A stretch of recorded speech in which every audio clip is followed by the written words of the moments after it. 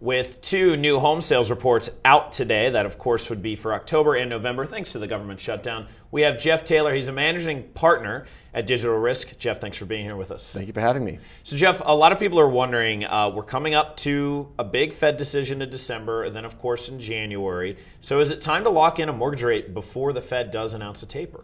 I'll tell you what, if you look back over the last 30 years, there's never been a better time to lock in a mortgage rate.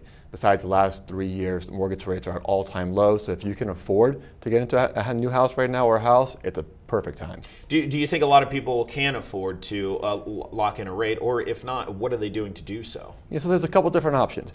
If you don't have the 20% down, you can get mortgage insurance and you can go ahead and you can lock in that rate. The great thing about getting mortgage insurance is at the time that your property value actually gets to 79% or less, you can get rid of the mortgage insurance, so it's a great vehicle to get in.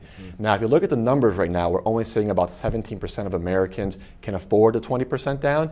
So again, either one of those two vehicles, if you can, it's a great time to get in. So Jeff, let's turn back to the new home sales data. A lot of people are wondering, when the Fed does begin to taper the mortgage-backed securities that they're purchasing each month, will new home sales, will this home sector be able to sustain a Fed pullback? What do you think?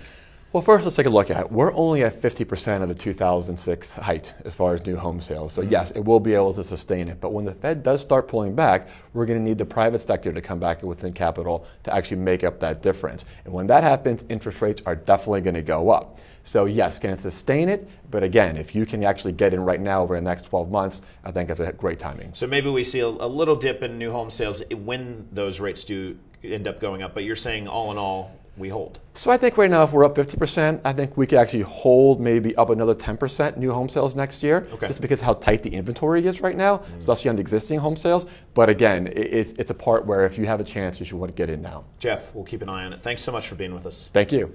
For The Street, I'm Joe Deaux.